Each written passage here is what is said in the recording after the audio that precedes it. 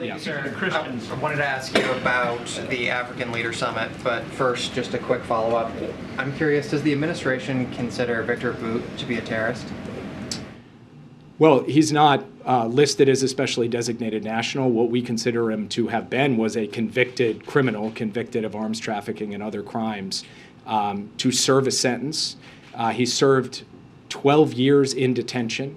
He was set to be released in 2029.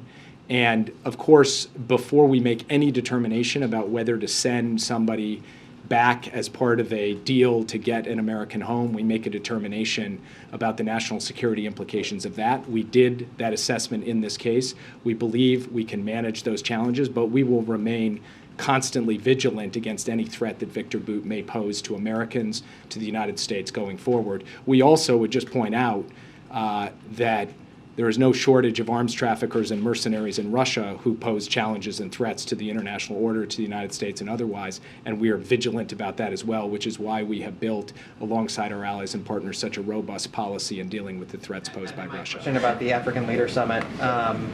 As China looks to increase its influence on that continent, I'm curious, will the president seek to deliver any kind of message or word of warning to these African leaders that Beijing, whether it's through their financing or economic or military aid, is not in fact a faithful ally or partner?